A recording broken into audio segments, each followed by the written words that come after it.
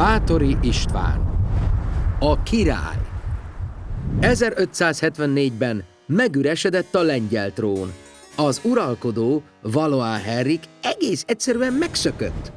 A francia nemzetiségű király ugyanis több okból kifolyólag nem érezte jól magát Lengyelországban, és alkalom kínálkozott arra, hogy elnyerje saját hazája trónját. Közel 2 esztendeig kerestek maguknak királyt a lengyelek. A trónigényét kifejező Habsburg császár, az orosz cár, a svéd király, több német választófejedelem és 2 Habsburg főherceg között Báthory István egyáltalán nem számított esélyesnek. A külföldi követek meghallgatása után a szenátusi szavazáson csupán 1 szavazatot kapott. A köznemesség végül mégis arra jutott, hogy az erdélyi fejedelem lenne számukra a legalkalmasabb uralkodó.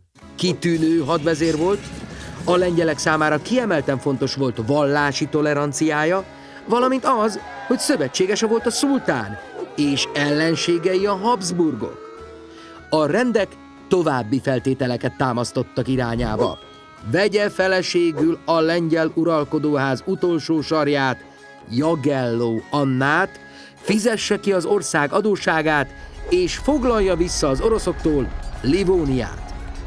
Báthory elfogadta a feltételeket, 200 000 aranyat küldött előlegnek, így a köznemesség megválasztotta királynak. A koronázás és az esküvő azonban egyáltalán nem úgy történt, ahogy Báthory és Jagelló Anna elképzelték.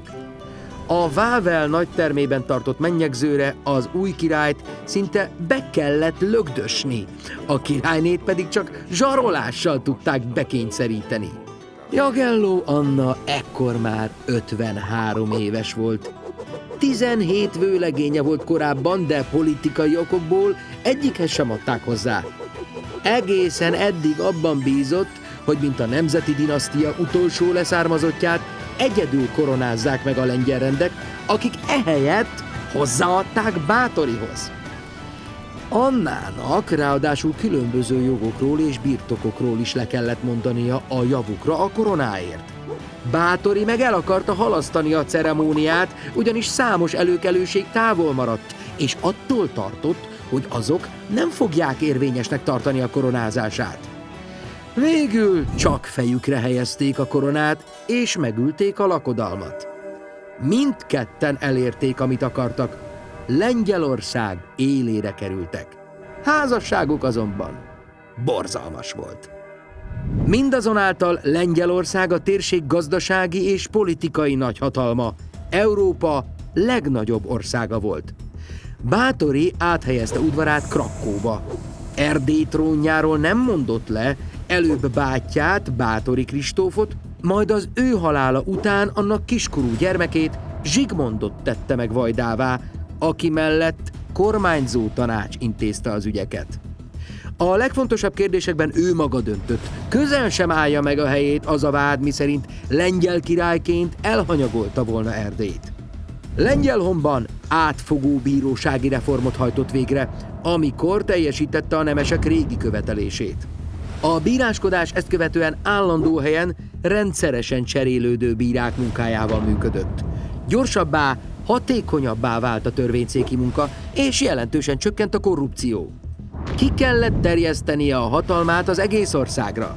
A Miksa felé húzó gazdag porosz Hanzavárost, Danzigot 1,5 évig ostromolta, végül blokkád alá vonta őket, és így nyerte meg hűségüket.